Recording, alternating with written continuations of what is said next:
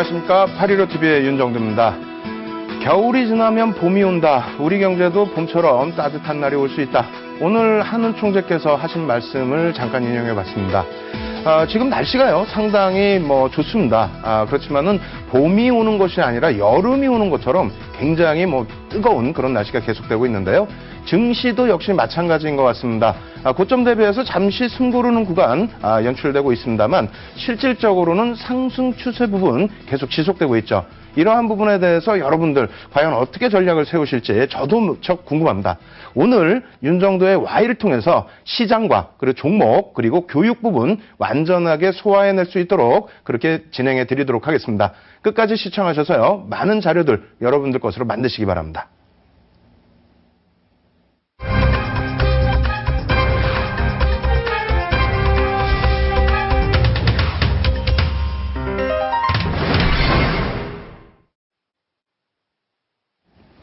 예, 첫 번째 시간 시황 준비했는데요. 시황 부분, 여러분들 많이 어렵게 생각하실 수 있는 부분들이 있습니다. 근데 이 시황 부분에 있어서, 그렇게 어렵지만은 않다, 이렇게 말씀을 드릴 텐데, 사실상 지금 파워포인트 자료를 굉장히 많이 준비를 했어요. 그래서 지금 이제 딱 펼쳐드려야 될 시점인데, 아직 제가 펼쳐놓지를 못했습니다. 일단 칠판을 통해서 몇 가지 맥점 집어드리도록 할 테니까요. 여러분들 칠판 보시면서, 이제부터 시장은 이런 부분을 많이 놓고 봐야 되는구나, 라고 생각하시면 될 것 같아요. 자, 일단 칠판 부분으로 먼저 넘어가 보도록 하겠습니다. 자, 먼저 이제 첫 번째 부분 어떤 부분이 있을까요? 첫 번째 부분은 시장 흐름의 추세 부분에 있어서 어떤 식으로 연결이 될지, 앞으로 향후 방향성에 있어서는 수급 주체별 매매 동향을 확인해야 된다라고 말씀을 드렸죠. 여기에서 가장 중요한 부분은 뭡니까? 지난 시간에 이제 강조드렸던 부분인데, 첫 번째는 외국인입니다.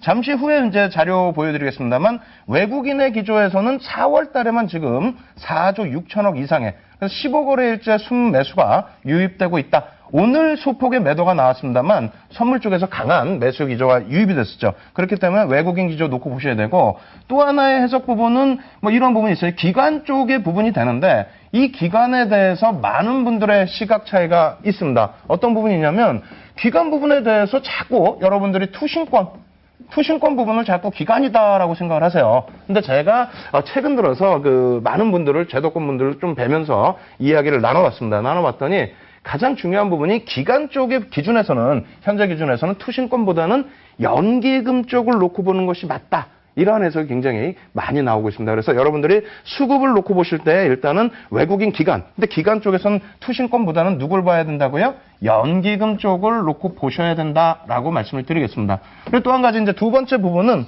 글로벌 시장의 전체적인 기조와 그리고 가장 중요한 부분이 어떤 부분이 될까요? 일단은 현재 우리나라 정부 정책과 그리고 정부 기관에서 시장 방향성을 어느 쪽으로 놓고 보냐는 거죠. 주식 부분이 아니고 전체적인 부분에 있어서 어떻게 될까요? 경제 동향 자체가 어떤 방향으로 갈지, 이러한 부분을 굉장히 좀 긍정적으로 놓고 보셔야 되는데, 일단은 자료 화면 준비해봤습니다. 자료 놓고 보면서 차분하게 하나하나 설명을 드려보도록 하겠습니다. 일단 먼저 첫 번째 자료인데요. 내용 보시면 굉장히 글씨가 작아요. 그래서 나중에 여러분들께서 이 부분은 다운로드 받으셔서, 교육 자료인 만큼 다운로드 받으셔서 보셔야 될 부분이고요. 큰 제목만 읽어드릴게요. 경제 동향 간담회가 오늘 있었습니다. 한국은행 15층에 있었는데, 그때 이제 결과 주요 내용, 논의 내용입니다. 이것이 한국은행 들어가시면 보도자료로 아주 자세하게 나와 있어요. 그리고 거기까지 찾아가시기 힘드시다면은 말씀드린 것처럼 교육자료 꼭 다운받으셔서 여러분들이 한 번 더 지켜보시도록 하고요. 그리고 두 번째 부분에 있어서는, 이 내용입니다.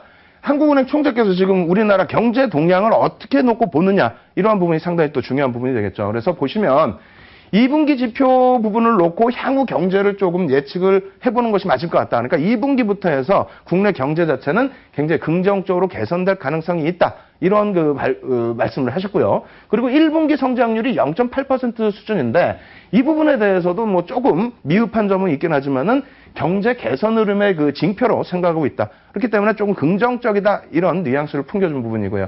그리고 이러한 전체적인 부분에 있어서 소비자 심리 개선 및 주택시장, 그리고 증시 호조가 굉장히 좀 긍정적으로 표출되고 있다. 주택시장뿐만 아니라 증시도 호조를 보이고 있고 소비자 심리 부분도 일단은 긍정적으로 개선되고 있다는 내용입니다. 그리고 이제 그 대외적인 부분에 있어서죠. 대외적인 부분에 있어서 국제회의를 이렇게 뭐 해외에서 좀 참여하고 G20 회담이나 이런 부분에 참여했을 때 놓고 봤을 때 한국 경제를 상대적으로 글로벌 시장에서는 양호하게 해석을 하고 있다. 그렇기 때문에 무디스에서도 국가신용등급을 상향을 했고요. 그리고 외국인 투자자.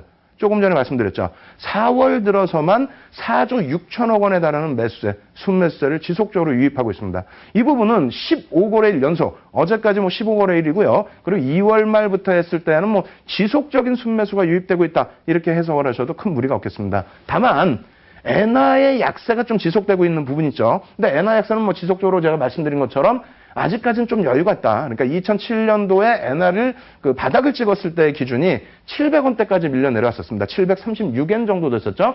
그래서 그 부분까지 뭐 밀린 부분이 아니기 때문에 이 부분은 아직까지는 조금 여유로움이 있다라고 조금 말씀드리도록 하겠고요. 그리고 중국 성장세에 대한 둔화나 대외 리스크 이러한 부분은 사실상 소폭 부정적인 면이 있긴 있습니다만 이러한 부분이 뭐 시장에 큰 악영향을 미칠 가능성은 적다라는 것이 일단 오늘 전체 회의에 대한 모두 발언이었습니다. 그리고 추가적으로 이러한 부분이 얘기가 나온다면은 여러분들께서는 이 흐름이 어떤 기준으로 그 시장에서 받아들여지는지 해석을 하셔야 되겠죠. 그래서 시장 해석 부분 한번 놓고 보도록 하겠습니다.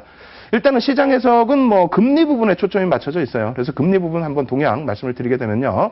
3월 달에 금리 인하 부분이 있었죠. 이 부분은 사실상 2015년 1월 국내 경제 부분에 있어서 긍정적인 평가를 했었습니다. 1월 달에도. 그래서 금리를 인하한다는 부분은 조금 아닌 것 같다라는 그런 뉘앙스를 줬는데 그 이후에 3월에 금리를 인하를 했죠. 그러니까 경기 동향 자체가 조금 침체됐다라는 것을 인정을 했고, 그리고 이제 뭐 여러 가지 주변 요소들이 있었죠. 그래서 그러한 부분에 이제 금리 인하를 했었기 때문에 오늘 모두 발언 중에 나왔던 그런 내용들은 일단은 조금 더 놓고 봐야 된다. 2분기 경제 지표에 따라서 금리 기조가 변화될 가능성이 있다. 이렇게 시장을 해석을 하고 있습니다. 다만 대다수의 쪽에서는 금리 동결에 대한 우회적인 코멘트로 일단 해석을 하고 있고요. 그러니까 경기가 그만큼 긍정적으로 인식이 되고 있다는 것을 강조했다는 거죠. 그래서 금리 인하 부분이 잠시 멈춰질 가능성이 있다. 이렇게 해석을 하고 있고요. 다만 이제 일부 부분에 있어서는 금리 동결 그리고 인하 양방향을 모두 놓아두고 코멘트를 한 것이 아닌가 또 이런 해석도 있습니다. 어쨌든 시장에서는요. 여러분들 기준에서는 좀 긍정적으로 놓고 해석을 하시더라도 크게 무리가 없다라고 말씀을 드리도록 하겠습니다. 자, 이렇게 말씀드리고요. 그렇게 된다면 이제 그 다음 흐름 또 놓고 보셔야 되겠죠. 이 부분입니다. 2주 전에 가지고 나왔던 부분인데 국가 신용 등급에 대한 부분, 신용평가사 기준에서 무디스와 S&P, 그리고 피치가 있죠. 3대 신용평가 기관이 되겠습니다. 그 중에 이제 2015년도 4월 달에 무디스가 이번에 이제 한국의 신용등급 자체를 안정적으로, 긍정적으로 상향을 해줬습니다. 그리고 그 이전에 뭐 S&P가 그런 흐름을 가지고 왔는데, 피치가 이제 앞으로 남아있는 구간에서 피치도 국가신용등급 자체를 조금 더 긍정적으로 개선시킬 가능성이 있다는 거죠. 이러한 부분들 좀 놓고 보셔야 되겠고, 이 부분이 어느 정도 긍정적이냐면요. 한동안 좀 멈춰져 있었어요. 2007년 이후에 뭐 시장에 대한 시각 자체 한 단계 더 올라선 부분도 있지만은 거의 뭐 시장에서 멈춰져 있었던 부분이죠. 몇 년 만에 진행된 국가신용등급에 대한 상향이라는 부분이에요. 그리고 조금 전에 말씀드린 피치의 한국 신용등급의 이 추이 부분도 2012년 9월 이후에 멈춰졌다는 겁니다. 그렇다면 이 부분도 당연히 시장에서는 재료 인식이 될 수 있는 그런 부분이다. 그러니까 향후에 피치도 3대 국가신용평가기관, 신용등급 평가기관이 우리나라 등급을 올려놨기 때문에 피치도 이제 쫓아올 가능성이 높은 시점이다. 이렇게 해석을 해드리도록 하겠습니다. 자, 이 부분 한번 놓고 보여드릴 텐데요. 굉장히 글씨가 작아요. 이 부분도 그냥 구도적으로만 설명을 드릴게요. 이 내용이 뭐냐면 전체적인 그 흐름에서 색깔만 보세요. 색깔만 보시면 맨 왼쪽이 외국인입니다. 외국인이고요. 4월 기준만 잡았어요. 그래서 아까 앞서 이제 그 경제 전체 동향 말씀드릴 때 외국인 수급도 긍정적이다 이렇게 말씀드렸는데 4월 한 달 동안에만 4조 6천억 매수가 들어왔습니다. 그리고 나머지 파란색 불이죠. 파란색 불인데 특징적인 게 뭐가 있습니까? 투신 쪽에 2조 8천억 매도가 있음에도 불구하고 이쪽 연기금 쪽과 사모펀드 이쪽에서는 오히려 빨갛게 몇천억, 5천억 이상의 매수세가 유입이 됐다라는 겁니다. 그래서 앞서 말씀드린 것처럼 외국인과 연기금이 끌어주는 그런 시장 장세라는 것 꼭 염두에 두시고요. 여기서 한 가지 더 놓고 보셔야 될 부분은 이 표는 그나마 조금 이제 보이실 수가 있는데 이 부분은 이제 그 4월 20일 이후에 수급 동향을 가지고 나왔습니다. 일자별이에요. 누적이 아니고 일자별인데 오늘 외국인들이 뭐 소폭, 뭐 거의 매도도 아니죠. 관망이죠. 관망의 흐름 속에서 멈춰져 있었습니다. 그리고 이쪽에서 보시면 연기금 쪽의 부분에 연기금이 빨간불로 돌아서 있어요. 수치가 잘 안 보이시겠죠? 빨간색으로 돌아서 있다는 겁니다. 무슨 얘기냐면 지금 제가 조금 이따 이제 차트를 하나 보여드릴 텐데 20일 이후, 그러니까 21일부터 외국인들의 순매수 기조는 2조 2천억 원에 달합니다. 2조 2천억 원에 달하는데 자 한번 차트 놓고 보시죠. 코스피 일봉 차트입니다. 어떻게 되어 있죠? 일단은 그 고점을 형성한 이후에 3거래일째 밀려 있습니다.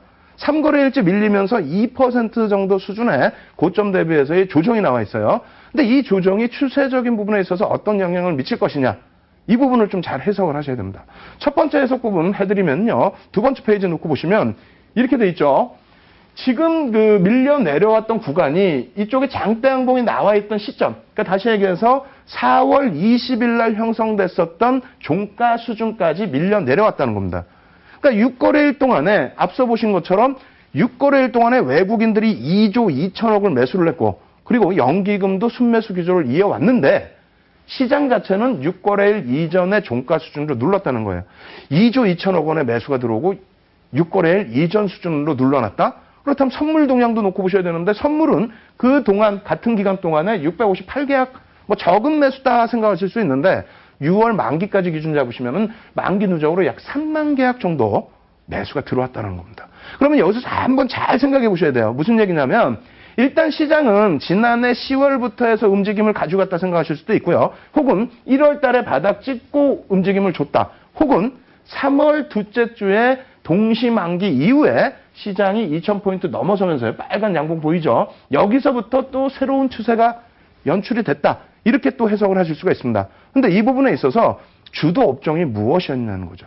그러니까 지금 시장 부분은 다시 정리를 해드리면요. 일단 정부 기관에서도 긍정적으로 보고 있고 그리고 국가신용평가기관도 긍정적으로 보고 있고 거기에 따른 외국인들도 매수가 긍정적이고 연기금도 긍정적이고 거기에 추가적으로 일봉 차트 놓고 보시게 되면은 추세적인 상승이 나와 있는데 꼭지 부분에서 맨 위에 오른쪽에 박스 쳐드린 부분에 6거래일 동안의 주가 흐름 속에서 고점 찍고 되눌린 부분 그 구간이 2조 2천억 수준의 매수가 들어왔음에도 불구하고 6거래일 이전의 수준으로 늘려졌다?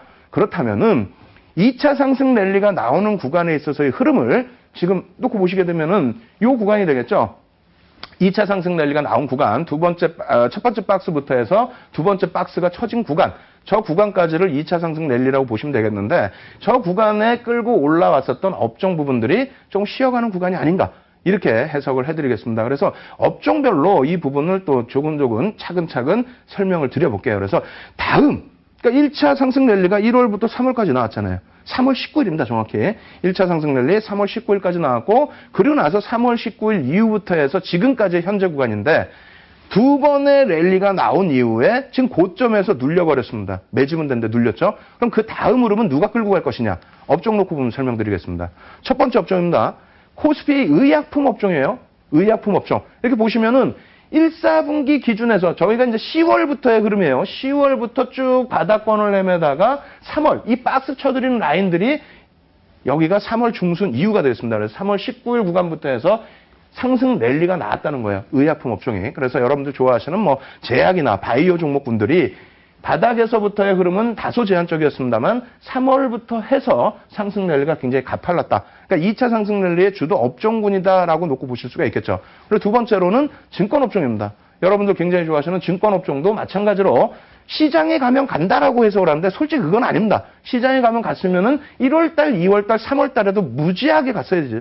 무지하게 많이 올랐어야 되는데 실질적으로 놓고 보실 때 3월 중순 이후부터 상승 랠리가 나왔다는 거예요. 물론 금리 인하에 대한 효과 부분이 있다라고 표현을 하지만 사실상은 지금 뭐 전체적으로 수수료를 다 낮추는 상태죠. 어찌됐건 뭐 증권주들의 랠리가 이렇게 2차 상승 랠리를 이끌었고요. 세 번째는 화학업종입니다. 화학업종은 물론 이제 바닥에서부터 1월에서부터 쭉 이어져 오는 흐름이 있었다 할지라도 2차 상승 랠리 구간에 조금 더 가파른 시세의 흐름을 연출을 해줬다는 거고요. 그리고 건설업종입니다. 여기서부터는 좀 지켜보셔야 되는데 건설업종이 사실상 굉장히 많이 올라왔습니다. 요즘 고점에서부터 좀 눌려있죠. 시장이 3거래일 눌려지는 폭 속에서 건설업종은 조금 더 눌려지는 폭도 있습니다. 그리고 전체적으로 놓고 봤을 때 1월 이후에 시장에서 상승 랠리를 제대로 가지고 갔던 업종이 건설업종입니다. 근데 2차 시세가 나오는 3월 중순 이후부터 시세가 어떻게 되죠? 19일은 뭐 요 정도 날짜가 되겠습니다만 고점 대비해서 흐름을 놓고 보시면 고점이 여기다. 1, 4분기에 랠리를 끌고 갔던 건설업종의 고점이 여기다라고 한다면 지금 현재 눌려있는 구간은 어떻게 되어 있습니까? 거의 차이가 없죠. 2차 상승 랠리의 움직임 폭이 없었다는 겁니다. 이러한 부분이 전기전자 업종에서 뭐 상당히 크게 연출이 됐다는 거예요. 전기전자 업종 놓고 보시면 어떻게 됩니까? 1, 4분기 작년 10월 이후에 랠리가 나왔고 1, 4분기 이후에도 시장을 견인했고 그리고 박스권 놓고 보시게 되면은 3월 만기 동시효과 이후에 시장을 굉장히 강하게 끌어줬던 게 전기전자 업종입니다. 그런데 문제는 뭐냐면 전기전자 업종이 고점을 찍은 게 3월 19일이에요. 3월 19일 이후에 지금 시장에서 조정폭은 약 8%에 달하고 있습니다. 무슨 얘기냐면은 잘 한번 생각해 보세요. 1차 상승 랠리를 이끌어갔던 게 전기전자 업종. 그 기준에서 이끌어갔다면 그 이후에 2차 상승 랠리는 순환성의 흐름이었다는 거죠.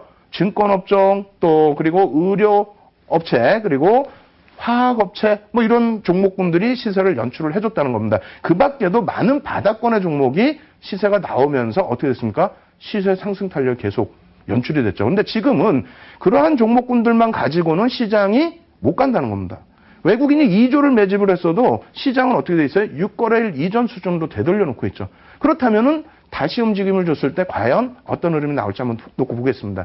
일단 전기전자 업종 부분은 뭐 삼성전자가 대표적인 부분이 되겠죠. 삼성전자의 그 주가 흐름 보시면 삼성전자도 똑같습니다.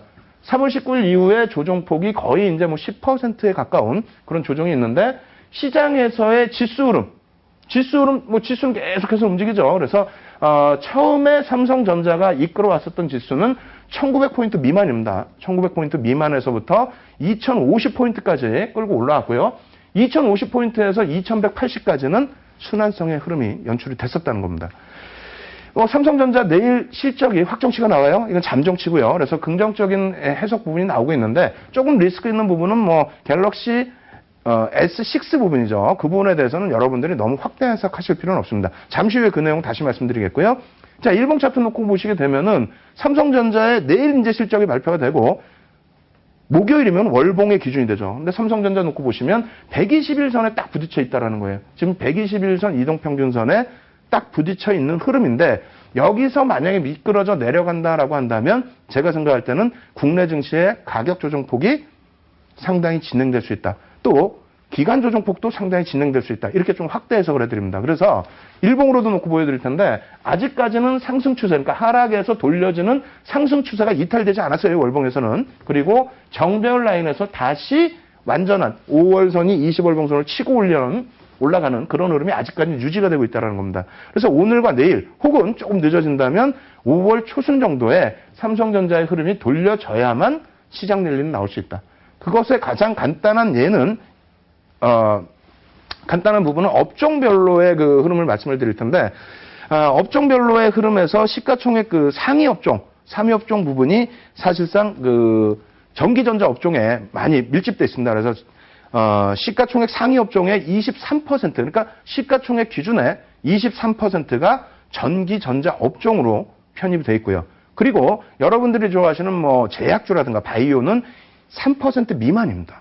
건설도 마찬가지예요. 건설 부분에 있어서도 3% 미만 그리고 화학업종 정도가 이제 10% 수준 정도가 놓여지는데 증권업종도 한 2% 3% 수준밖에 되지 않아요. 그렇다면은 순환성으로 시장을 끌고 갔던 범위, 순환성으로 시장을 이끌어왔던 범위들을 개선시키려면 어떻게 해야 된다고요?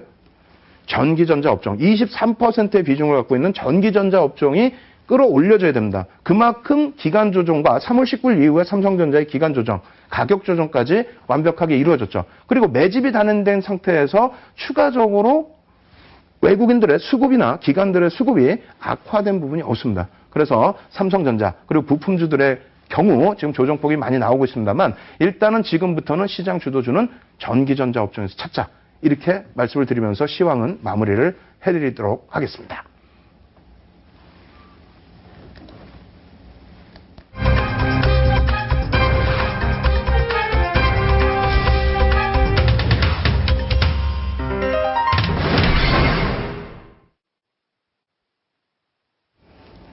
예, 첫 번째 시황 부분 전부 설명을 드렸고요. 이제 두 번째 시간에서는 이 종목은 왜라는 시간을 가지면서 이제 종목에 대한 언급을 드릴 텐데, 일단은 역시 그 파워포인트 자료 굉장히 많이 준비를 했습니다. 아직까지 지금 설치를 못 해놔서 다시 한번 실판을 보면서 여러분들께 설명을 드려야 될 것 같습니다.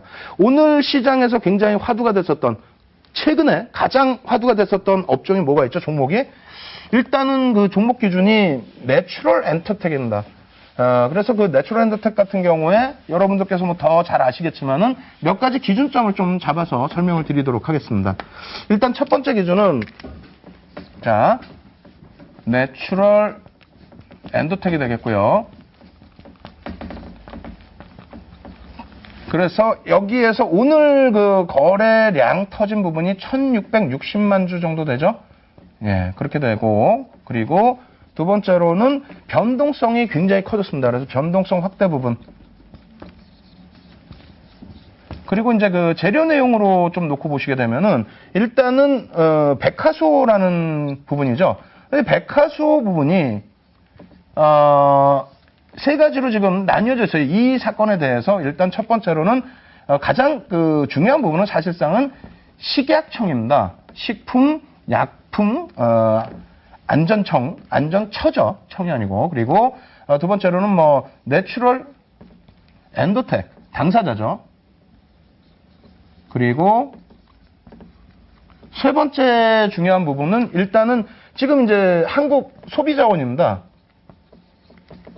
한국소비자원 쪽에서 사실상 지금 백하수호, 그러니까 하수호라고 지금 뭐 시장에서 흔히 일컬어지고 있는데요. 하수호 부분에 있어서 이 부분에 그 제대로 된 상품을 사용한 것이 아니다. 그래서 많은 그 시중에 나와 있는 상품 중에서 백화수호를 사용한 상품이 없고 다른 그 원료를 사용해서 움직임을 줬기 때문에 그렇기 때문에 이 부분은 뭐 회수를 해야 되고 뭐 여러 가지 문제가 있다라고 이제 얘기를 한 것입니다. 그래서 이 부분에 대해서 뭐 그 내추럴 엔터텍 1조 6천억이 넘는 이런 업체가 4거래일 연속 하한가에 진입이 돼버렸죠. 그래서 이러한 부분을 이제 날짜별로 제가 다시 한번 정리한 부분을 PPT 부분으로 설명을 드리겠습니다. 그래서 지금 저도 막 식은땀이 어마어마하게 나고 뭐 정신이 없는데, 일단은 뭐 자료는 준비를 많이 했는데 제가 문제가 지난주부터 해서 계속 발생이 됐어요. 그래서 PPT 부분에 대한 설명 부분을 좀 많이 놓치고 있는데, 지금부터 해서 뭐 PPT 화면 놓고 보여드리면서 여러분들께 또 설명을 드려보도록 하겠습니다. 그래서 일단 그 4월 22일이죠. 4월 22일 날 어떻게 됐습니까? 소비자원에서, 한국소비자원에서 문제 제기를 했죠. 문제 제기를 하면서 장중에 내추럴 엔더텍 같은 경우가 이제 장중 하한가로 그 미끄러져 내려가는 그런 흐름이 나오게 됐는데, 일단은 그 22일부터 사건 일자 그 내용을 자료화면 놓고 보면서 설명을 드려보도록 하겠습니다. 화면이 지금 준비가 아직 안 돼 있는데요. 예. 장중에 나왔던 내용이죠. 어떤 내용입니까? 한국소비자원에서 사실은 내추럴 엔터텍 같은 경우에 이제 그 바로 연결돼서 문제가 됐던 부분이 아니고, 장중에서는 약간 혼란이 왔었을 겁니다. 왜냐하면 뉴스 내용이 조금 있다 나왔거든요. 그러니까 뉴스 내용이 다 그 백하수호 관련된 내용들이 전체가 다 나왔기 때문에 그에 연관된 내추럴 엔터텍이 동반적으로 흘러내려갔던 부분이죠. 어찌됐건 22일 날 한국소비자원은 내추럴 엔더텍 백수호 원료 시험 검사 결과가 이어부피소라는 것이 검출이 됐다. 그러니까 다시 얘기한다면 백수호의 원료가 최상품의 기준이고 당연히 저것을 써야 되는데, 재배 기간이 좀 더 짧고 가격이 조금 더 저렴한 이어부피소가 검출됐다라고 한국소비자원에서 발표를 하게 되면서 굉장히 큰 폭의 그 반향에 일어났던 부분이 되는 거죠. 그것에 대해서 당연히 내추럴 엔더텍 같은 경우에는 잘못된 검사 방식이다. 이거는 뭐 식약처의 공인된 검사 방식을 무시한 것이다. 그래서 이 부분에 대해서는 전혀 우리는 인정할 수 없고, 그리고 이어부피소가 뭐 검출되지 않은 그런 샘플로 식약처가 유전자 검사를 통해서 그 결과를 발표했는데, 왜 이러한 소비자원에서의 발표 때문에 우리가 피해를 봐야 되느냐 강력하게 반발했습니다. 그렇지만 일단은 뭐 주가는 하한가에 진입을 해버리고 말았고요. 23일에도 역시 마찬가지입니다. 식품의약품안전처에서는 일단은 그 내추럴 엔터텍에 대해서 뭐 재조사를 하고 있다라고 발표를 했죠. 그리고 내추럴엔터텍의 이제 대표이사도 직접적인 해명에 나서게 됐는데 문제는 뭐냐면 이러한 부분에 있어서 이제 그 한국 소비자원도 전혀 뒤로 물러서지 않았다는 거예요. 계속해서 지금까지도 자기네들의 그 검사 방식은 맞다라고 얘기를 하고 있고 내추럴엔터텍 같은 경우에도 아니다, 잘못됐다 이런 공방이 계속 지속되고 있는 상황입니다. 그러던 상황 속에서 뭐 24일 이후에 그럼 또 놓고 보시게 되면은 뭐 한국거래소시장감시본부를 포함해서 금융당국이 내부 조사를 하고 있다라는 부분이 내부자 정보를 통해서 내부의 그 뭐 연구 소장이라든가 이런 분들이 매도한 부분, 자기 주식을 매도한 부분에 대해서 불공정 거래, 그러니까 정보를 이용한 거래가 아니냐 이런 부분도 검사를 하고 있고요. 그리고 공매도 세력에 의한 또 그런 내용들이 있죠. 그런데 그런 부분도 이제 그 지금 뭐 금융당국에서 조사를 하고 있다 이렇게 얘기가 나와 있는데 일단은 매도 부분은 조금 잘못 알려진 게 있어요. 뭐 어느 쪽을 두둔하자는 게 아니고 일단 그 임직원들의 매도 부분은 날짜 기준에서 물론 그 소비자원에서 물건을 원료를 회수해 갔을 때 기준으로 따진다면 그 이유가 되긴 하겠습니다만 만약에 그것을 진짜 매도의 목적으로 잡는다면은 가지고 있는 물량 전체를 다 매도를 했겠죠. 그런 부분은 일단 아니기 때문에 그러한 오해 부분은 조금은 이제 좀 풀어나가야 되지 않을까 이렇게 말씀을 드리겠고요. 어찌됐건 뭐 그날 이후에 그 계속해서 이제 시장에서 화두가 되고 있는 부분인데 일단은 27일 날 가장 중요한 부분이 이사회를 개최를 합니다. 그렇게 하면서 100억 원 규모의 자사주 매입 그리고 임원 보유 주식에 대해서 자율적인 매도 제한 결의 6개월간은 매도 않겠다. 이것을 자율적으로 결의를 했습니다. 근데 이제 뭐 자사주 매입 부분도 솔직히 말은 조금 있어요. 자산 그 현금성 자산이 150억 정도가 되는데 그 중에 100억을 누구를 위한 매수냐는 거죠. 물론 개인 투자자분들을 위해서 100억 원 규모의 자사주 매입하는 부분도 있습니다만 한 이 부분에 대한 논란도 일부는 있다. 이렇게 염두를 해두시기 바랍니다. 그러고 나서 이제 28일 오늘입니다. 오늘 기준에서 어떻게 됐습니까? 4거래일 연속 하한가를 탈피를 했어요. 보합으로 출발했습니다. 보합으로. 사실상은 저도 굉장히 의아스럽다라고 생각을 했는데 어찌됐건 그 자사주 매입에 대한 재료 부분이 제가 볼 땐 그렇게 큰 재료는 아닌데 어찌됐건 간에 4거래일 연속 하한가 부분을 탈피를 했고요. 약 1660만 주 거래와 함께 변동성이 굉장히 크게 확대됐죠. 약 8천억 정도의 거래 대금이 아닌가 이렇게 추정이 되고요. 근데 그러한 와중에 제일 중요한 것은 또 개인들이 104만 주를 떠안았다라는 겁니다. 그리고 마지막으로는 식품의약품안전처의 식약처의 내추럴엔더텍 원료에 대한 시험 결과 발표. 원래는 29일 정도 나올 것이다라고 모 증권사에서 이제 얘기를 했는데 이 부분이 공식적으로 얘기 나온 부분이 29일까지는 좀 어렵다. 그 이후에 나올 가능성이 높다라고 지금 시장에서 얘기가 되고 있습니다. 그러면 결론을 내드릴게요. 제가 오늘 내추럴엔더텍에 대해서 갖고 나온 이유. 지금 사실상 많은 분들이 이 종목을 알고 계실 거고 오늘 뭐 거래량 자체가 1660만 주.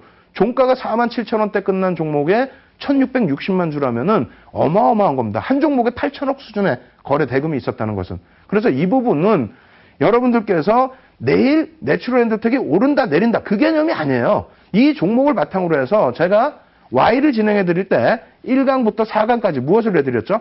주도 세력들의 매매가 진행된 종목에 대해서는 무엇을 집중적으로 놓고 봐야 된다? 여러 가지를 말씀드렸죠. 매집 비율이라든가 편입 단가라든가 이런 부분을 말씀드렸는데 오늘 그러한 부분을 점검을 해드리려고 이 종목을 선택을 한 겁니다. 그래서 종목의 기준보다도 교육의 기준 그 부분을 좀 더 비중을 놓고 이해를 하시면 될 것 같습니다. 일단 자사주 취득 공시 내용 잠깐 보여드리고요. 그리고 제가 강조드릴 내용을 한 번 더 말씀을 드릴게요. 그래서 자사주 취득 부분도 좀 해석을 하셔야 돼요. 여러분들이 오늘 이 재료를 바탕으로 해서 하한가가 보합으로 출발하는 그런 흐름이 나왔다라고 해석을 할 수 있지만은 어쨌든 그 심리적인 부분입니다. 심리적인 부분을 많이 이용을 한 부분이 되는데 주식수 기준으로 18만 주.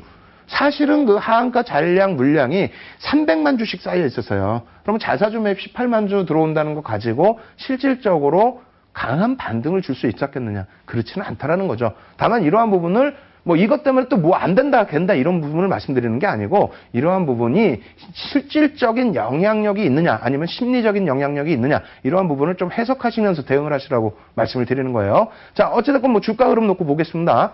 거래량부터 좀 살펴드릴 텐데요. 자, 보시면은요. 지금 악재 나오고 4거래일 동안에 하한가, 우리가 흔히 얘기하는 점 하한가가 3일 나왔어요. 잘 안 보이시죠? 근데 거래량 부분은 거의 죽어 있습니다. 근데 오늘 거래량이 어느 정도의 거래량이냐 하면은 이 정도입니다. 1660만 주가 뭐 소형주의 1660만 주가 아니기 때문에 지금 거래량 부분이 앞서서 보실 때는 충분하게 정상적인 거래량처럼 보였잖아요. 근데 지금 보시면 어떻게 됐습니까? 어마어마한 거래량이 오늘 터졌다는 걸 좀 아실 수가 있겠죠. 그리고 여기서 중요한 부분은 또 뭐가 있냐면 이런 흐름입니다.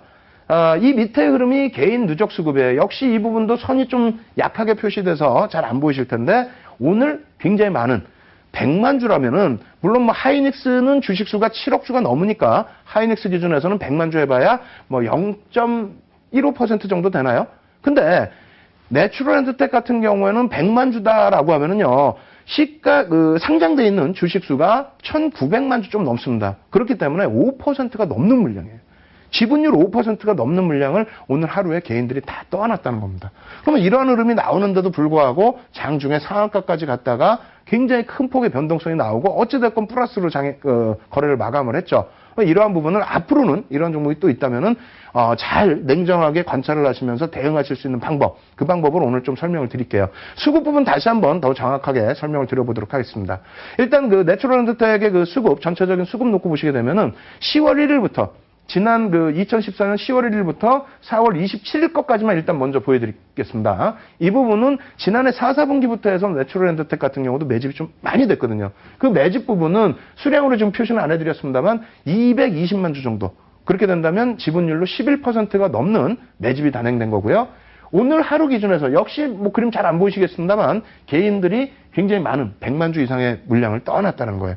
이것을 이런 식으로 제가 정리를 해드릴게요. 어떻게 되냐면 시장 주체 세력의 수급을 파악해야만 시장에서 급등락 나오는 종목도 공략을 할 수 있다. 다시 얘기한다면 내추럴엔드텍이 아니고 만약에 굉장히 조금 문제가 발생된 다른 쪽의 문제, 그러니까 뭐 배임이라든가 횡령이라든가 혹은 뭐 사채업자의 자금이 들어와서 껍데기만 남은 회사에 대한 점한가라든가 이런 부분으로 그 시세가 흘러가는 종목이었다면은 접근 자체가 안 되겠죠.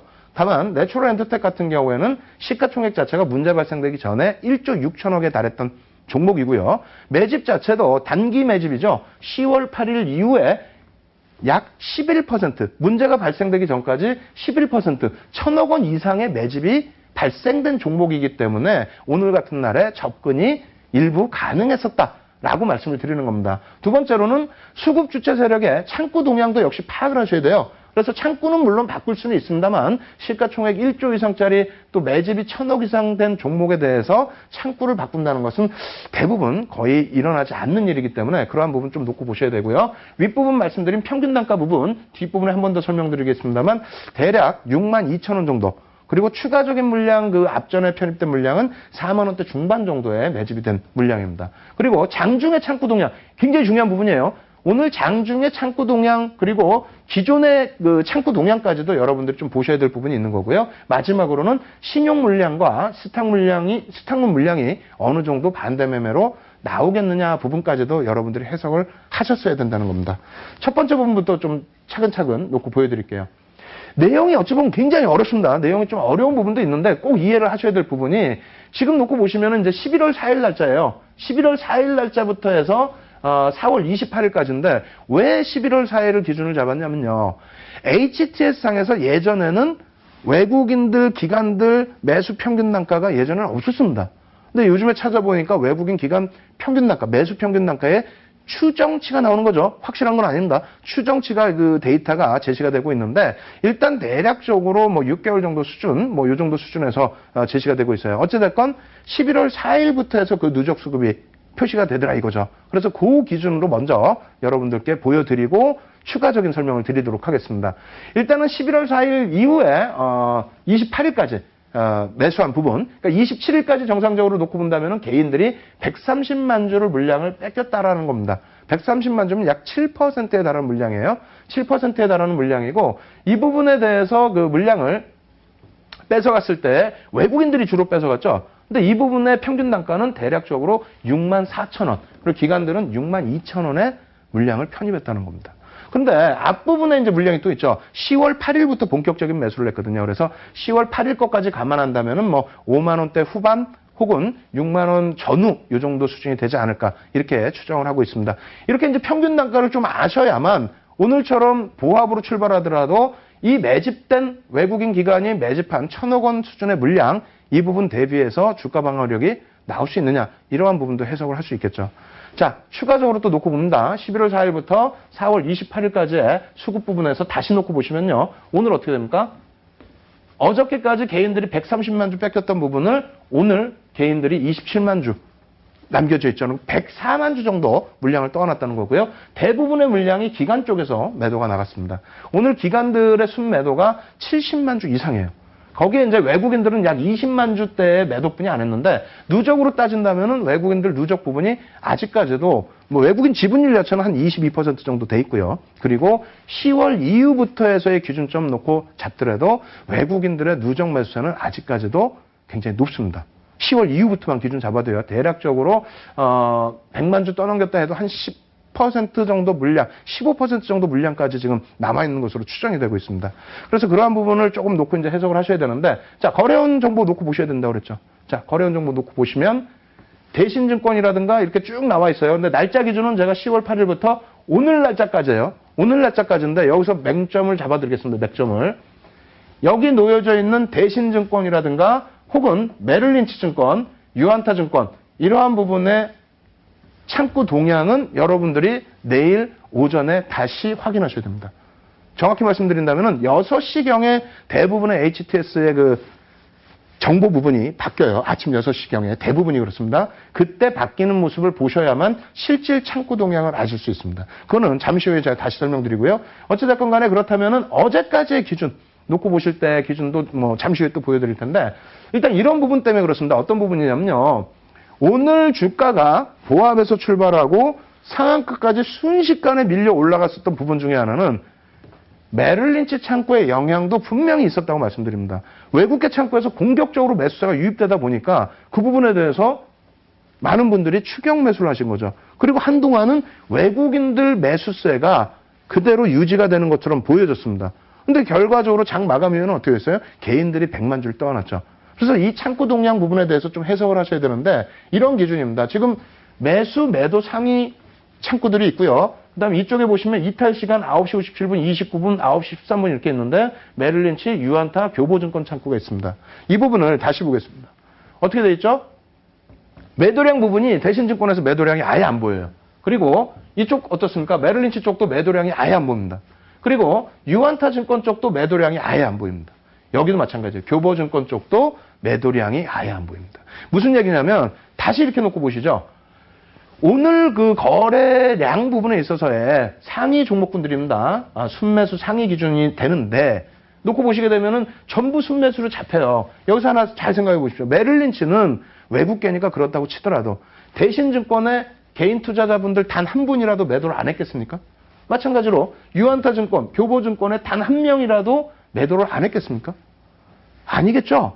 지금 그렇다면 이 전 증권사 마찬가지입니다. 어떤 특정 증권사가 아니고 이 시스템, 그러니까 그 코스콤으로부터 시세 정보를 받아오는 과정 속에서 이처럼의 오류가 발생될 수 있다는 겁니다. 매도 부분이 분명히 있는데도 불구하고 매도세가 표시가 안 돼서 여러분들이 약간의 착시 현상, 특히 메릴린치 같은 창구에서의 외국계 창구에서의 매수 이후에 외국인으로 추정치가 나오고, 그러고 나서 그 이후의 흐름에서는 실질적으로는 개인들이 물량을 떠안는 흐름들. 이해하시기 좀 어려우시죠? 어려우시더라도 이건 이해를 하셔야 됩니다. 이해하셔야 될 부분은 창구 동향을 장중에 이해를 못하시게 되면, 특히 거래량이 굉장히 크게 터지는 상태에서 창구 동향을 제대로 이해를 못하시게 되면은 그 부분에 대해서 굉장히 큰 낭패를 보실 수 있다는 겁니다. 어떤 식으로요? 지금처럼 분명히 외국인들이 어떻게 했다? 매수를 했다고 생각을 하는데 실질적으로 장을 끝나고 놓고 봤더니 어떻게 됩니까? 매수가 아니라 오히려 외국인들도 수십만 주의 매도, 1% 이상의 오늘 매도를 했어요. 그리고 기관들도 어마어마한 3% 이상의 매도, 양쪽 합산해서 5% 이상의 매도.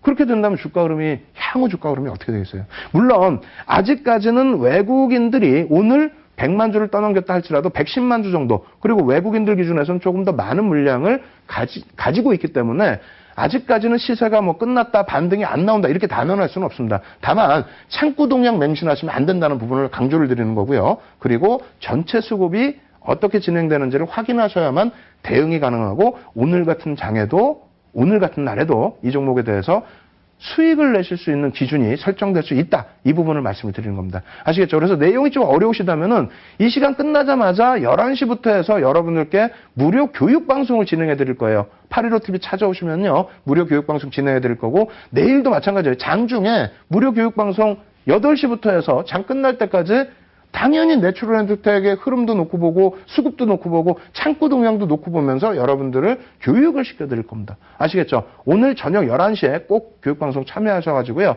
여러분들 내추럴 엔터텍뿐만 아니라 이러한 급등락 종목분들에 대한 교육을 꼭 받으시기 바랍니다. 그리고 마지막으로 내추럴 엔터텍의 오늘 전체적인 매물표 이러한 부분도 한번 설명을 드릴게요. 자, 화면 놓고 설명을 드릴 텐데요. 1분봉입니다. 1분봉 차트고요. 지금 뭐 굉장한 거래량이 있었기 때문에 동시호가에 오늘 사실상 120만 주 정도 체결이 된 걸로 기억을 하는데 동시호가에 체결됐었던 이 가격대 물량 자체가 이제는 뭐 그다지 큰 특징이 없이 오히려 46,000원, 47,000원에 형성된 이 물량들이 이제는 여기서 이제 매물화가 될 수 있다는 거죠. 일단 식약처의 발표가 나오기 전까지는 또 외국인들 주도적으로 매수를 했던 외국인들의 지금 평균 단가가 좀 더 높습니다. 높은 쪽에서 이제 손절을 하고 나갈 것인지 아니면 주가 흐름을 변동성을 확대해서 위에서 조금 더 위에서 손절을 할 것인지 혹은 오히려 오늘은 매도 기조였으면 매수가 들어올 것인지 이러한 또 매물벽과 주가 흐름을 놓고 여러분들이 또 창구 동향도 놓고 차분하게 대응하시라고 강조를 드리겠습니다. 자, 이렇게 해서 오늘 전체 시장에서의 이 종목은 왜 내추럴 엔터텍을 기준으로 교육을 진행을 해드렸습니다.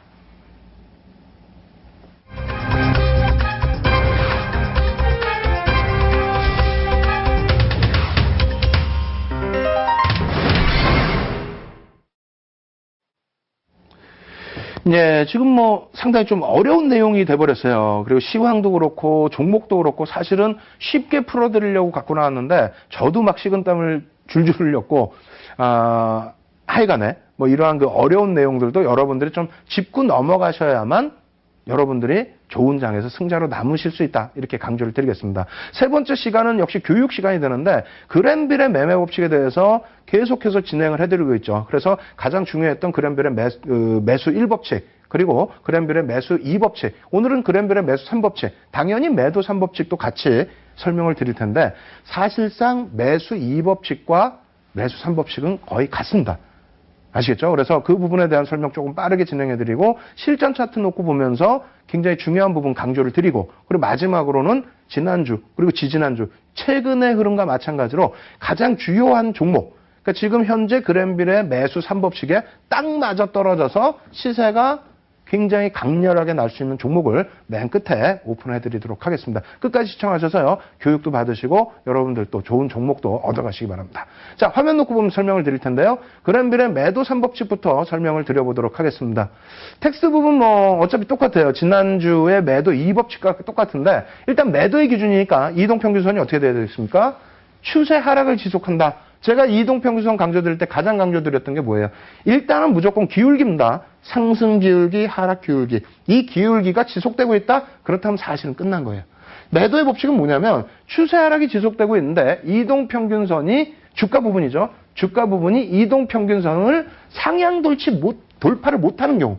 그죠? 지난주에는 어떻게 됐습니까? 주가가 이동평균선이 하향되고 있는데 주가가 일시적으로 상향 돌파하고 꺾일 때 그래서 기울기에 영향을 주지 못할 때 매도다라고 했는데 매도 3법칙은 그 자체도 되지도 않는다는 거예요.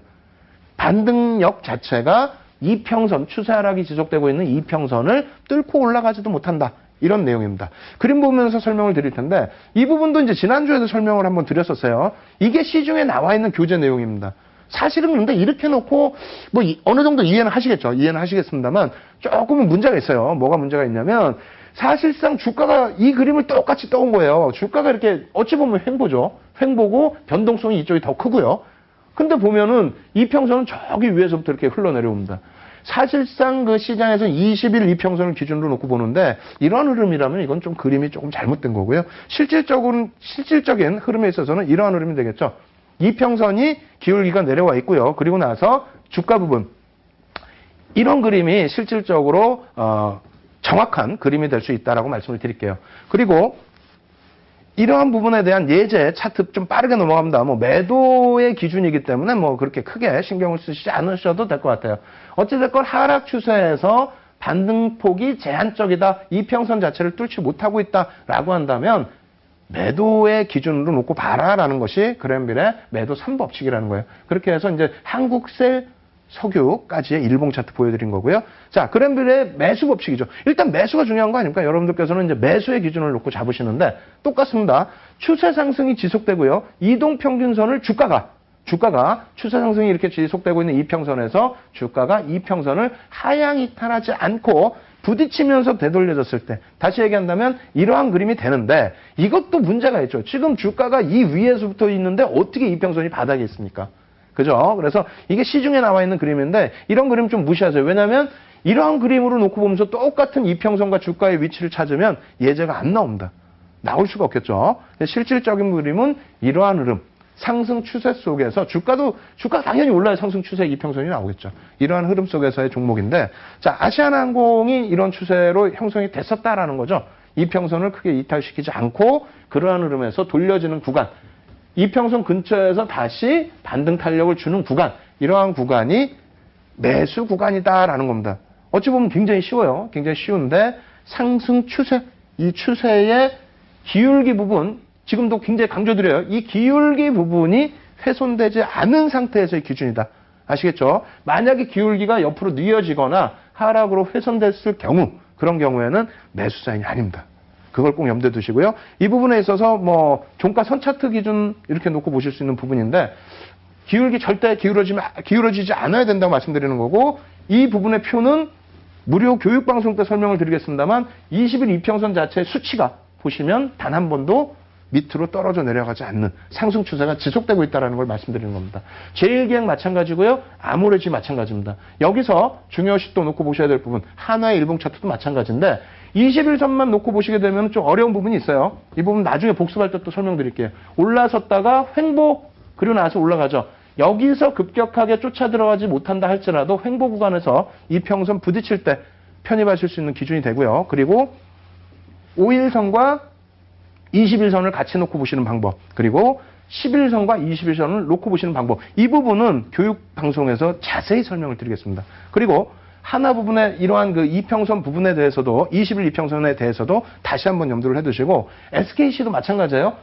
5일선과 21선의 기준, 그리고 11선과 21선의 기준, 그리고 마지막으로 역시 SKC 일봉 차트 또 21선 기준에서도 이게 매수 2법칙이 되겠죠. 기울기 부분이 상승 추세에서의 잠시 이탈됐다 돌리는 흐름. 그러고 나서 지금은 이평선을 타고 가고 있습니다. 긍정적으로 해석하시고요. 마지막으로 이 종목 노출을 해드립니다.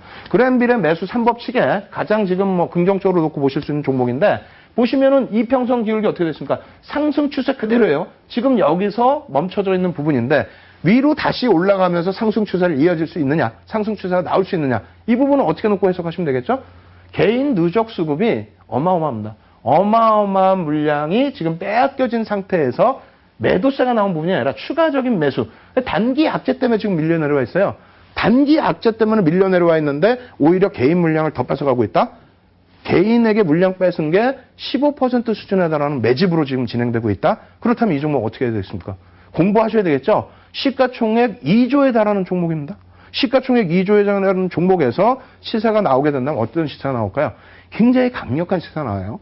아시겠죠? 그래서 우리가 교육을 통해서 제일모직 같은 경우에도 시가총액 20조짜리 종목이 장중에 상한가까지 올라가는 이런 흐름들 교육을 통해서 다 잡을 수 있었잖아요. 그래서 여러분들께서 지금 방송 끝나자마자 11시부터 해서 815TV에서 여러분들 무료 교육방송 추가적으로 진행을 해드릴 테니까요. 꼭 815TV 찾아오셔서 여러분들 좋은 교육 내용 여러분들 것으로 만드시기 바랍니다.